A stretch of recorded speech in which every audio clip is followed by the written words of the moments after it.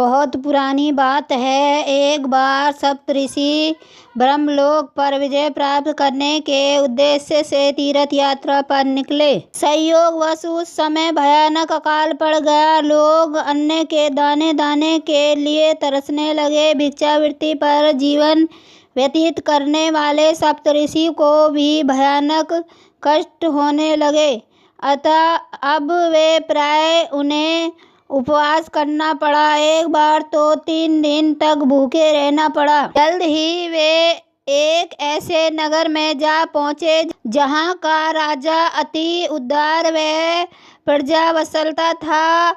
उसने सप्तऋषियों को अन्न की तलाश में भटकते देखा तो उसने प्रार्थना की, मुनिवर, मैं आपको अन्न, वस्त्र, स्वर्ण आदि सभी सुविधा देना चाहता हूँ।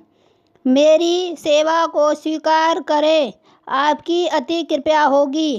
किंतु सप्तऋषियों ने इसे इनकार करते हुए कहा, राजन, हम दान नहीं लेते। राजा का दान तो वैसे भी निषिद्ध है। इतना कहकर वे आगे बढ़ गए। राजा ने एक अन्य उपाय निकाला। उसने गूलर के फलों में सोना भरकर रास्ते में डाल दिया। सबसे पहले अत्रि ऋषि को वह फल मिला। उन्होंने उसे उठाकर देखा तो वह भारी था, इसलिए उन्हें अन्य ऋषियों से कहा, मैं राजा की चाल को अच्छी तरह समझ गया। इन गूलर फलों में द्रव छिपा है और वह हमारे लिए त्याज्य है। तब अन्य ऋषियों ने भी ज्ञान की बातें कही और उन फलों को छोड़कर आगे बढ़ गए।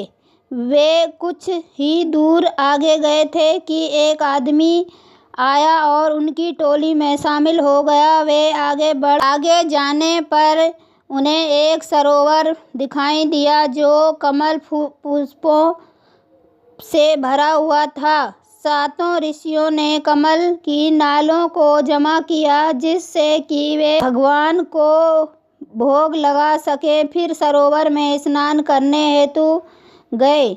स्नान करने के पश्चात वे कमल नालों वाली जगह पर गए, किंतु वहां देखकर आश्चर्यचकित रह गए कि कमल नाले अपने स्थान से गायब हैं। वह क्या हुआ?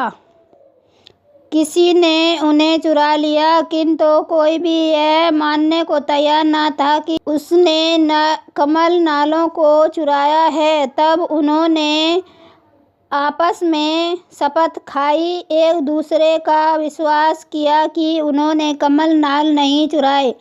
फिर अंत में उस व्यक्ति की बारी आई जो ऋषियों के दल में बाद में शामिल हुआ। तो उसने कहा, जिसने चुराया है वह बुद्धिवृत्त ब्रह्मलोक को जाए।